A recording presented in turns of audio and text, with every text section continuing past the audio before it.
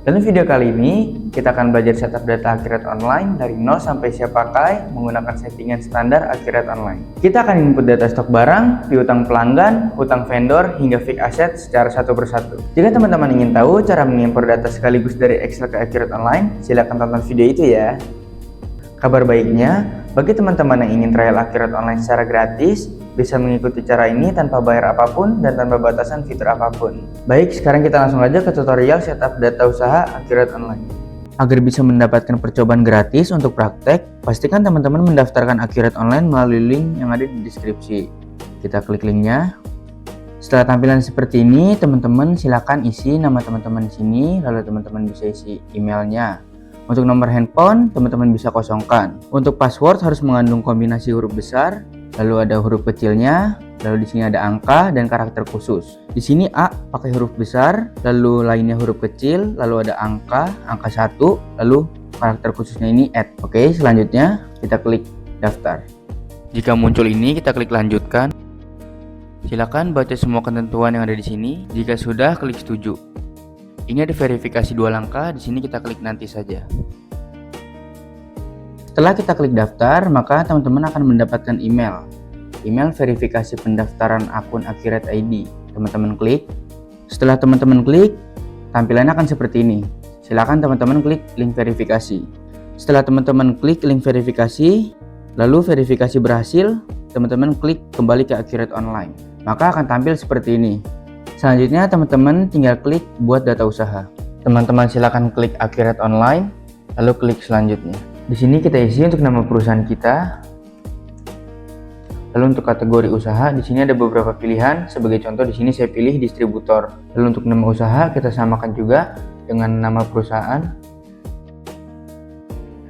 Lalu untuk bidang usaha, di sini ada beberapa pilihan.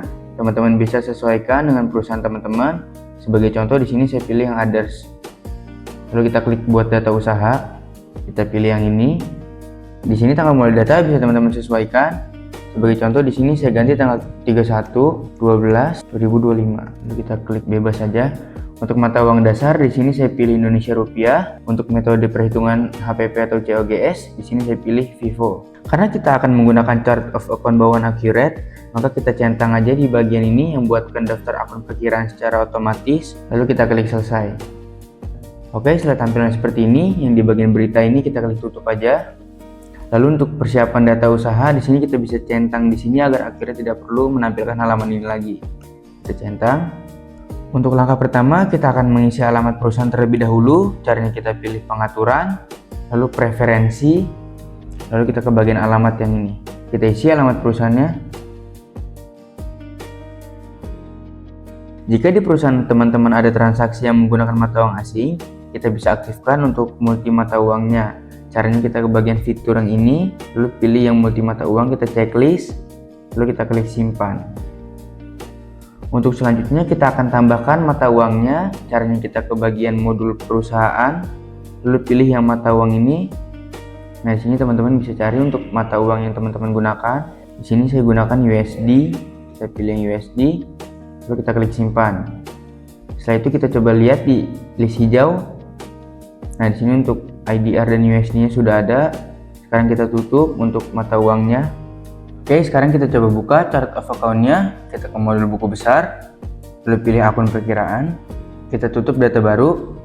Ini adalah akun perkiraan standar bawaan Akhirat yang masih bisa kita ubah-ubah. Misal di sini kita ganti bank yang ini, kita ganti jadi bank BCA. Sini kita klik simpan. Lalu untuk nambah bank kedua, kita bisa pilih yang bagian ini, klik tambah. Lalu pilih untuk tipe akunnya. Di sini tipe akunnya kas dan bank. Kita klik sub akun. Kita pilih yang kas bank. Kita isi untuk bank kedua, Bank Mandiri.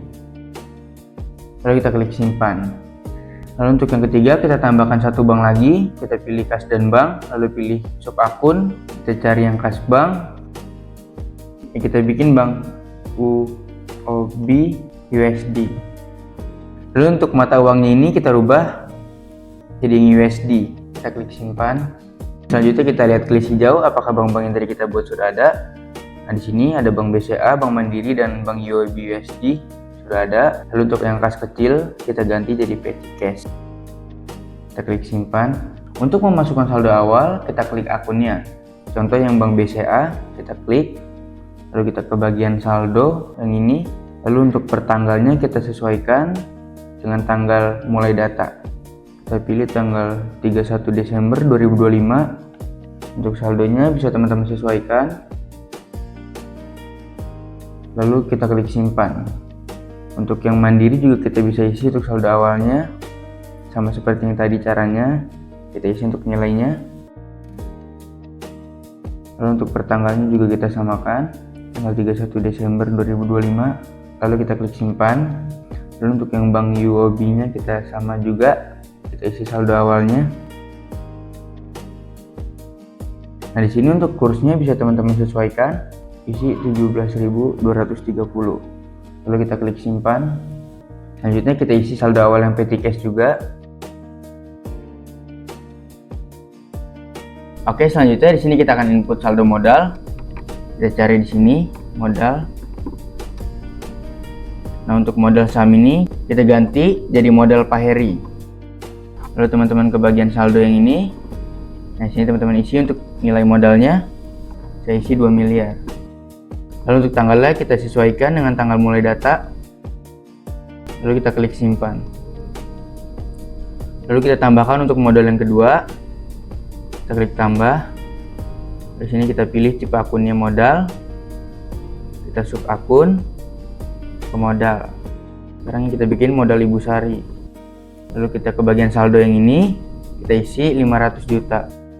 Pastikan untuk tanggalnya sudah sesuai dengan tanggal mulai data. Lalu kita klik simpan. Lalu kita tutup untuk data barunya. Kita hapus yang modal ini. Selanjutnya kita akan ubah untuk akun persediaan menjadi persediaan elektronik. Kita cari akun persediaan. Nah, persediaan yang ini kita klik. Lalu kita ganti jadi persediaan elektronik. Lalu kita klik simpan. Lalu kita tambahkan untuk yang kedua. Kita pilih tipe akunnya juga persediaan. Kita klik sub akun.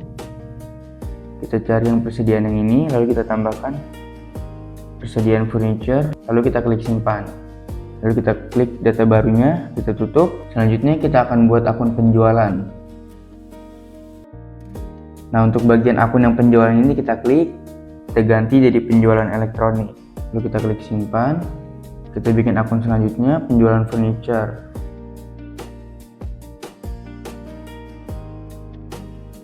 Lalu kita klik simpan. Kita tutup lagi untuk data barunya. Selanjutnya di sini kita akan tambahkan untuk akun harga pokok penjualan. Kita klik yang bagian ini. Lalu kita cari yang beban pokok penjualan. Lalu di sini kita isi untuk kode akun perkiraannya, karena ini akan kita jadikan akun induk. Kita isi untuk kode perkiraannya 5000. Lalu untuk namanya kita tulis HPP. Lalu kita klik simpan. Selanjutnya kita tutup dulu untuk data barunya. Nah, untuk yang akun beban pokok penjualan ini kita klik. Lalu kita sub akunkan ke yang tadi sudah kita buat, yang HPP. Kita ganti menjadi HPP elektronik. Lalu kita klik simpan. Kita buat lagi untuk akun yang HPP-nya. Kita klik yang beban pokok penjualan, kita sub akun. Kita pilih yang HPP. Kita bikin HPP furniture. Lalu kita klik simpan. Selanjutnya di sini kita akan buat akun retur penjualan. Kita pilih tipe akunnya, yang pendapatan. Lalu kita tulis untuk kode perkiraannya. Lalu kita klik simpan. Kita tutup untuk data barunya. Kita cari yang retur penjualan. Untuk retur penjualan dengan kode yang ini kita ganti. Kita klik. Lalu kita tambahkan retur penjualan elektronik. Lalu untuk sub akunnya kita ganti ke retur penjualan yang udah kita buat tadi. Lalu kita klik simpan. Selanjutnya kita tambahkan untuk retur penjualan yang furniture. Kita sub akunkan ke retur penjualan yang ini. Lalu kita klik simpan. Selanjutnya kita akan buat akun diskon penjualan. Kita ke bagian tipe akun, kita pilih pendapatan, lalu kita pilih sub akun, kita pilih yang diskon penjualan. Yang ini kita bikin, lalu kita klik simpan. Lalu kita klik simpan. Lalu kita tutup untuk data barunya. Untuk akun yang diskon penjualan ini kita ganti menjadi diskon faktur penjualan IDR. Lalu kita klik simpan.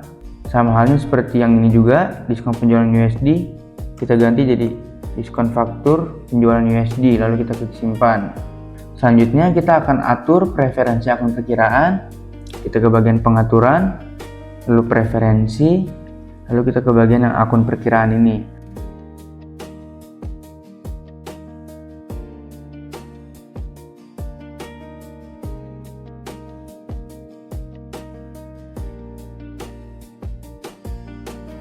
Untuk yang diskon penjualan ini kita buang, lalu kita tambahkan diskon penjualan elektronik, diskon penjualan furniture. Lalu untuk yang HPP ini kita tinggal tambahkan HPP furniture. Lalu untuk akun retur pembelian kita samakan dengan akun persediaan yang ini. Sini kita tinggal pilih untuk persediaan furniture. Untuk akun beban, teman-teman bisa isi beban operasional lainnya. Lalu akun yang pembelian belum tertagih, teman-teman bisa isi hutang pembelian belum ditagih. Lalu kita klik simpan. Sebenarnya di data contoh ini masih banyak akun perkiraan lainnya. Namun agar video tidak terlalu panjang, saya akan skip bagian ini karena pada dasarnya cara menambahkan akun perkiraan sama aja. Sekarang kita akan lanjut ke bagian kategori barang. Selanjutnya kita ke bagian modul persediaan, lalu pilih kategori barang. Sekarang kita klik list hijaunya.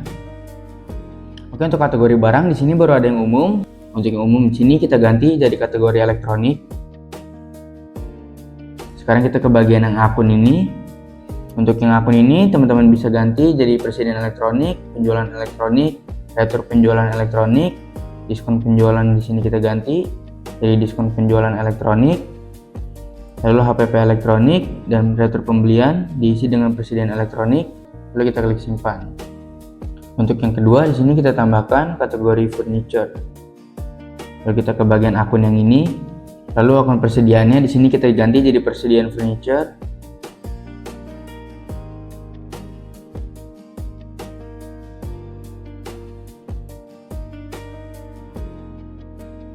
Lalu kita klik simpan. Sekarang kita lihat list hijau. Nah, di sini untuk kategori barangnya udah ada dua, ada kategori barang elektronik dan juga furniture. Untuk selanjutnya kita akan tambahkan barang dan jasanya. Caranya teman-teman klik modul persediaan, lalu pilih barang dan jasa. Untuk barang-barangnya di sini teman-teman bisa tulis di nama barang ini. Contoh di sini saya tambahkan TV Samsung 30 in. Lalu untuk kategori barangnya di sini bisa teman-teman pilih. Di sini karena TV Samsung kita pilih yang elektronik. Untuk satuannya di sini kita isi unit. Selanjutnya teman-teman ke bagian yang penjualan atau pembelian. Di sini teman-teman bisa isi untuk harga jual per unitnya. Di sini saya isi 3.400.000. Lalu jika ada PPN, teman-teman bisa tambahkan di sini. Sekarang kita pilih yang ini. Sekarang kita akan rubah PPN menjadi 11%. Caranya kita ke modul perusahaan, lalu pilih yang pajak. Kita klik list hijau yang ini. Kita pilih yang PPN yang ini. Nah, di sini untuk rate-nya kita ganti jadi 11%. Lalu kita klik simpan. Sekarang kita tutup dulu untuk pajaknya. Sekarang kita isi ulang untuk PPN-nya. Nah, di sini untuk PPN-nya sudah menjadi 11%. Lalu sekarang kita ke bagian stok. Jika di gudang saat ini sudah ada stoknya, kita tambahkan di sini untuk stok awalnya. Dan misalkan ada 2 gudang, dan kita perlu menambahkan nama-nama gudangnya. Caranya kita ke modul persediaan, lalu pilih yang gudang ini. Lalu kita klik hijau yang ini.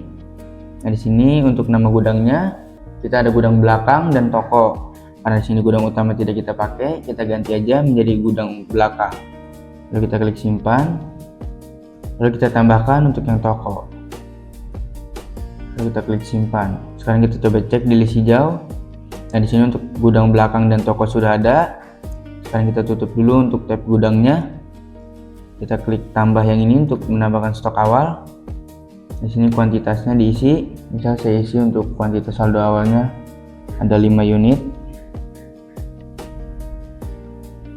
Di gudang belakang, teman-teman bisa pilih di gudang belakang atau toko. Untuk biaya satuannya teman-teman bisa isi untuk harga beli. Di sini untuk harga belinya saya isi 2.500.000. Lalu kita klik lanjut. Untuk selanjutnya kita akan isi stok saldo awal untuk gudang toko. Kita pilih gudang yang toko, lalu isi kuantitasnya. Misalkan di toko ada 2 unit. Lalu untuk biaya satuannya sama 2.500.000. Lalu kita klik lanjut. Setelah itu kita klik simpan. Selanjutnya kita akan tambahkan barang yang kedua. Lalu di sini kita pilih satuannya. Kita ke bagian penjualan atau pembelian. Kita isi lagi untuk harga jualnya. Di sini kita isi harga jualnya 2.400.000. Lalu jika ada PPN di sini teman-teman bisa tambahkan juga.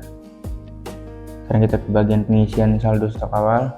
Kebetulan untuk mesin cuci ini kita menggunakan metode FIFO. Kita klik tambah di gudang belakang. Misal di sini kita punya 20 unit dengan harga beli 1.800.000. Lalu kita klik lanjut. Lalu ada lagi di gudang belakang dengan kuantitas 7 unit dengan harga beli 1.900.000. Kita klik lanjut. Dengan harga beli 1.800.000. Lalu kita klik lanjut. Sekarang kita klik simpan. Sekarang kita tambahkan lagi untuk barang selanjutnya, meja kerja. Nah, di sini untuk meja kerja kita isi untuk kategori barangnya itu furniture.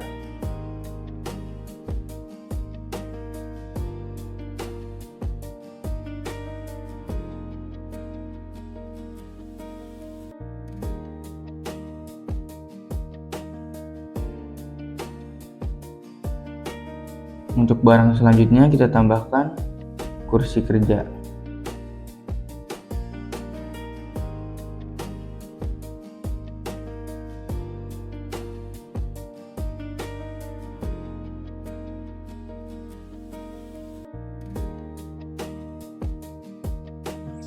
Sebenarnya masih banyak data barang yang perlu saya input.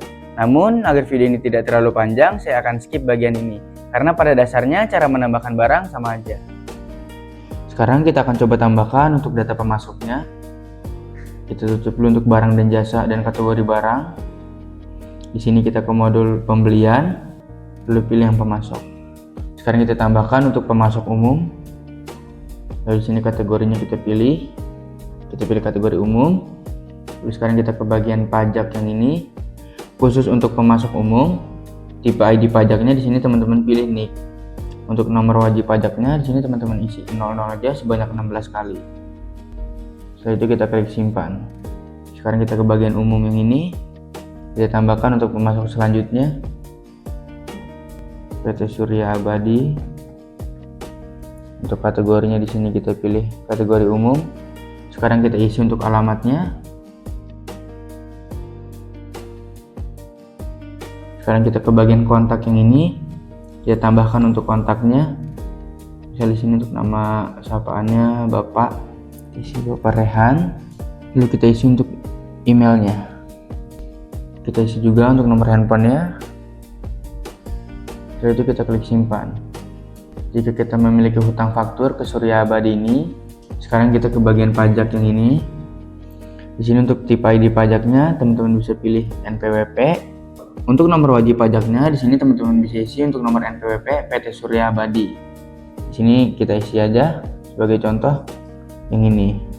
Jika kita memiliki utang faktur ke PT Surya Abadi, kita bisa input faktur utang kita di bagian saldo utang yang ini. Kita klik tambah, lalu kita pilih di sini untuk nomor fakturnya. Kita isi. Untuk tanggal fakturnya di sini kita bisa isi tanggal 11 Januari 2025. Itu untuk syarat pembayaran kita pilih yang 30 hari, lalu jumlahnya sebesar 5 juta. Kita klik lanjut. Jika masih ada faktur lainnya yang outstanding ke PT Surya Abadi, kita bisa tambahkan lagi di sini. Kita isi terlebih dahulu untuk tanggalnya. Kita pilih 13 September 2025. Lalu di sini diisi untuk nomor fakturnya. Kalau untuk syarat pembayarannya di sini saya pilih yang tempo 30 hari. Di sini untuk jumlah fakturnya. Lalu kita klik lanjut. Sekarang kita kembali ke bagian umum yang ini. Lalu kita klik simpan. Untuk pemasok selanjutnya,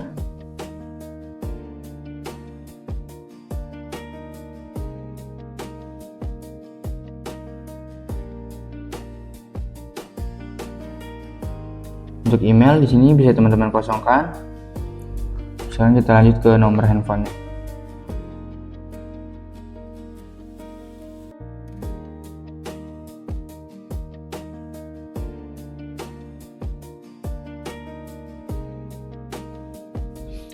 Setelah itu kita ke bagian umum yang ini, kita klik simpan. Oke, selanjutnya kita akan coba input untuk data pelanggan. Sebelumnya kita tutup dulu untuk tab pemasok yang ini. Kita ke bagian modul penjualan, kita pilih yang pelanggan. Nah, kita lihat dulu di list hijau.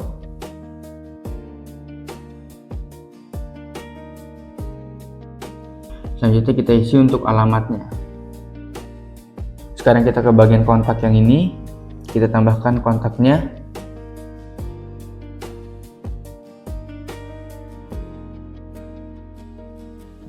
Setelah itu kita klik lanjut. Sekarang di sini kita ke bagian pajak yang ini. Untuk tipe ID pajaknya di sini teman-teman pilih NPWP. Untuk nomor wajib pajaknya teman-teman bisa isi untuk nomor NPWP PT Wijaya Baru. Jika PT Wijaya Baru masih memiliki faktur piutang kita bisa input di bagian saldo piutang yang ini, lalu kita klik tambah. Lalu di sini untuk nomor faktur penjualannya kita off, lalu kita isi untuk nomor fakturnya. Lalu untuk syarat pembayarannya di sini saya pilih 30 hari. Lalu untuk nilai fakturnya kita bisa isi di sini 1.400.000. Lalu kita klik lanjut. Untuk faktur piutang yang kedua, teman-teman bisa klik tambah yang ini.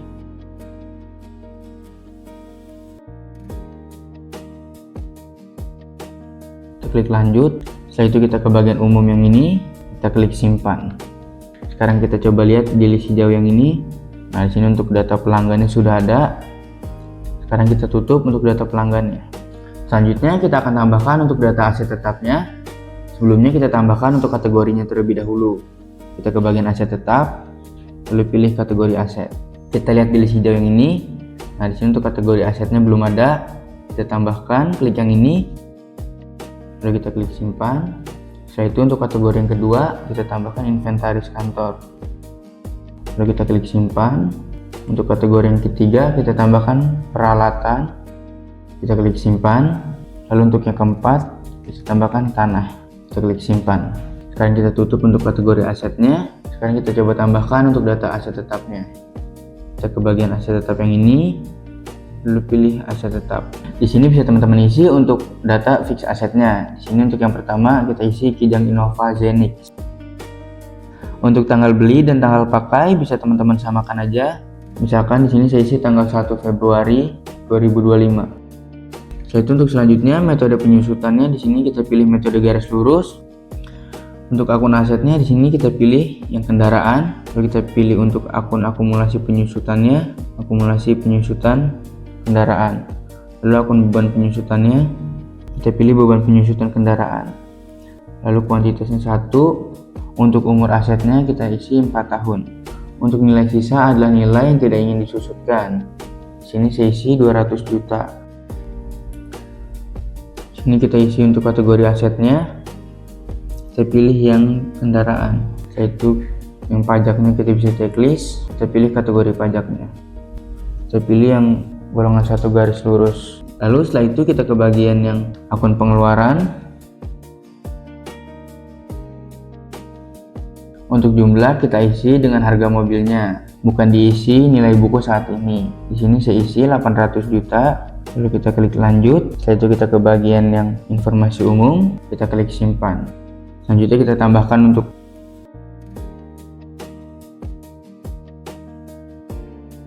lalu sini untuk metode penyusutannya kita pilih metode garis lurus.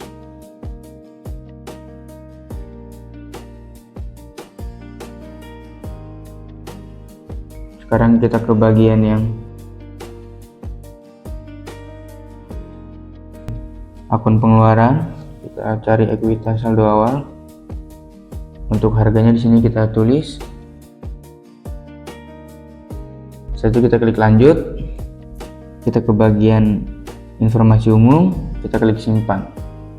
Untuk aset selanjutnya di sini ada meja kantor.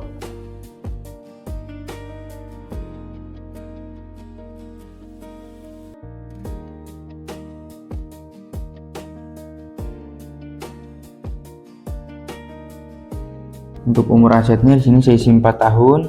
Lalu untuk kuantitasnya di sini ada 5. Setelah itu kita ke bagian info lainnya. Setelah itu kita ke bagian akun pengeluarannya. Kita isi ekuitas saldo awal. harganya 12 juta. Lanjut, kita ke bagian informasi umum, lalu kita klik simpan.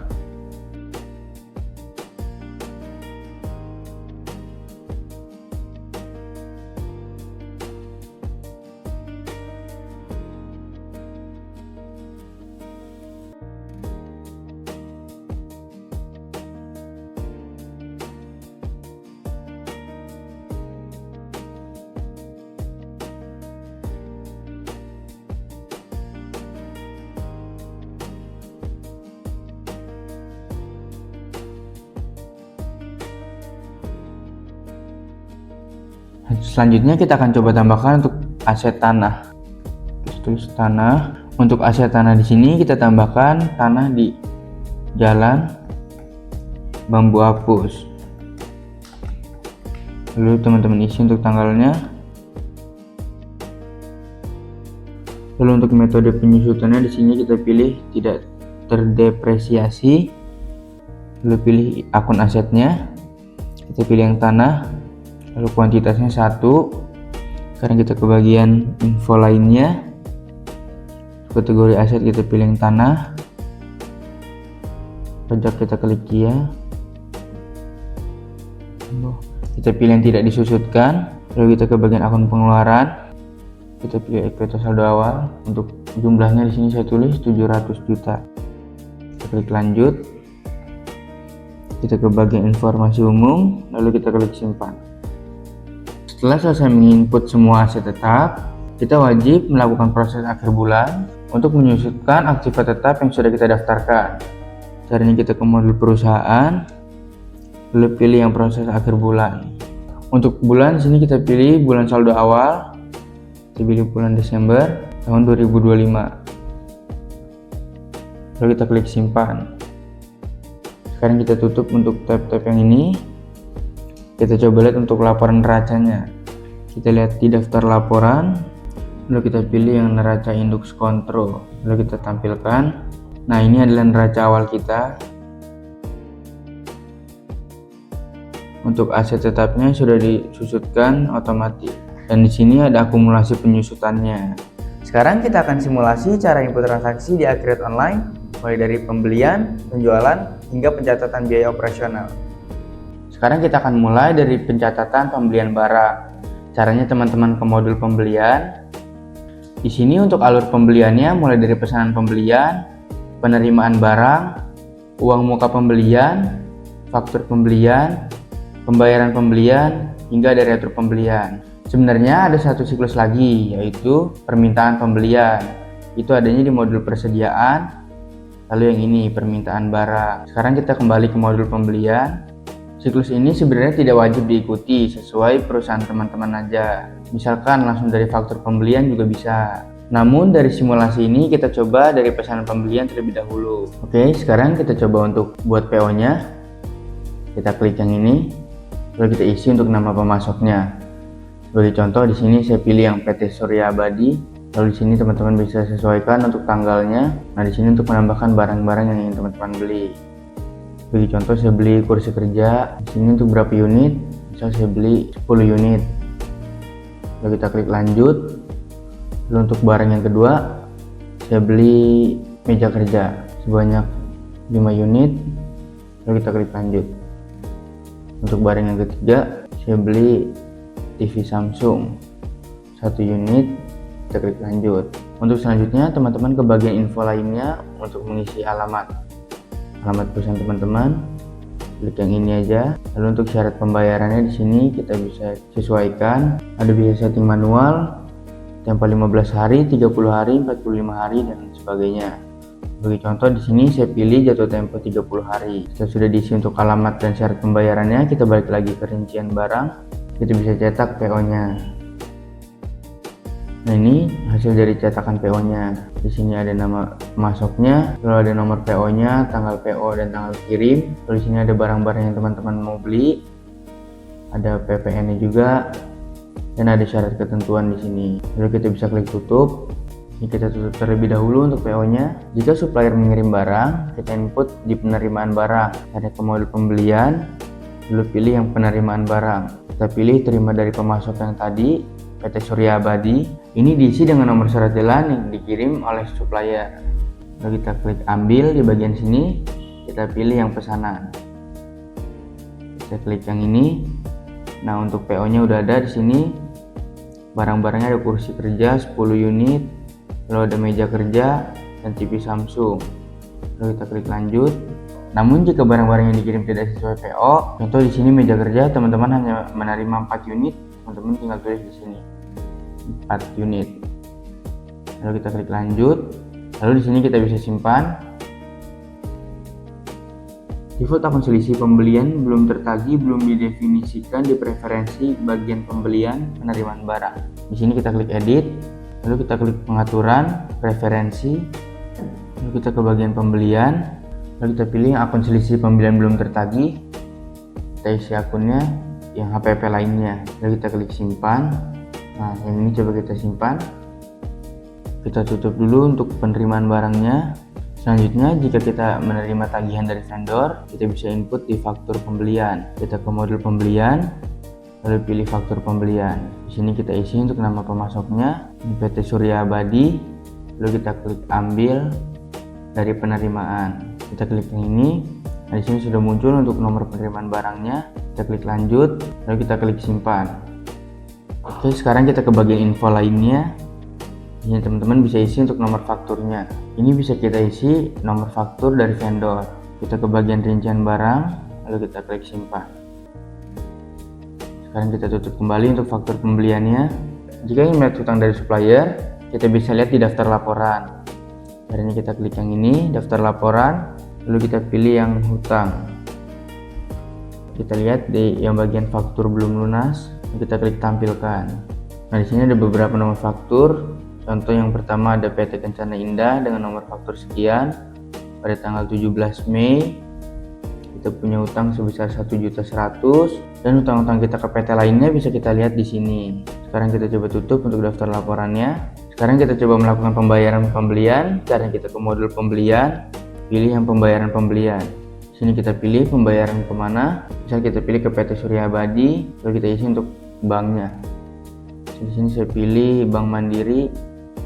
Lalu kita klik ambil. Nah, di sini ada beberapa faktur yang kita belum bayar. Sebagai contoh, di sini saya pilih satu aja. Yang ini aja. Jadi kita klik lanjut. Lalu di sini kita klik hitung nilai pembayaran. Selanjutnya kita ke bagian info lainnya. Nah, di sini ada beberapa metode pembayaran, ada tunai, cek giro, transfer bank, edisi, kartu debit, dan lain sebagainya. Sebagai contoh di sini saya pilih transfer bank. Lalu kita ke bagian rincian fakturnya, sini kita klik simpan. Sekarang kita tutup untuk pembayaran pembeliannya. Oke, sekarang kita coba untuk transaksi penjualan. Kita ke modul penjualan yang ini. Di sini ada beberapa alur penjualan, mulai dari penawaran penjualan, pesanan penjualan, pengiriman pesanan, uang muka penjualan, faktur penjualan, penerimaan penjualan, sampai retur penjualan. Siklus ini tidak wajib diikuti semua, bisa disesuaikan oleh perusahaan teman-teman. Sebagai contoh di sini saya mulai dari pesanan penjualan. Kita klik yang ini, dan di sini teman-teman bisa isi untuk nama customernya. Misal di sini saya jual ke PT Wijaya Baru. Untuk tanggalnya teman-teman bisa sesuaikan. Teman-teman bisa cari untuk barang yang ingin dijual. Misal di sini saya isi kursi kerja. Kita jual sebanyak 10 unit. Lalu sini kita klik lanjut. Untuk barang yang kedua, misal saya jual meja kerja sebanyak 5 unit. Lalu barang yang ketiga, kita jual sendok stainless, kita jual sebanyak 1 lusin. Kita ganti untuk satuannya, saya pilih yang lusin. Lalu kita klik lanjut. Untuk yang kursi kerja di sini saya pilih dari gudang belakang. Nah, di sini gudang belakang itu ada 17 stoknya. Kita klik lanjut. Untuk yang meja kerja di sini saya pilih gudang belakang. Nah, di sini ada 13 stoknya bisa dijual. Lalu kita klik lanjut. Di sini untuk yang sendok stainless saya pilih gudang toko. Nah, di sini ada 1 stok yang bisa dijual. Lalu kita klik lanjut.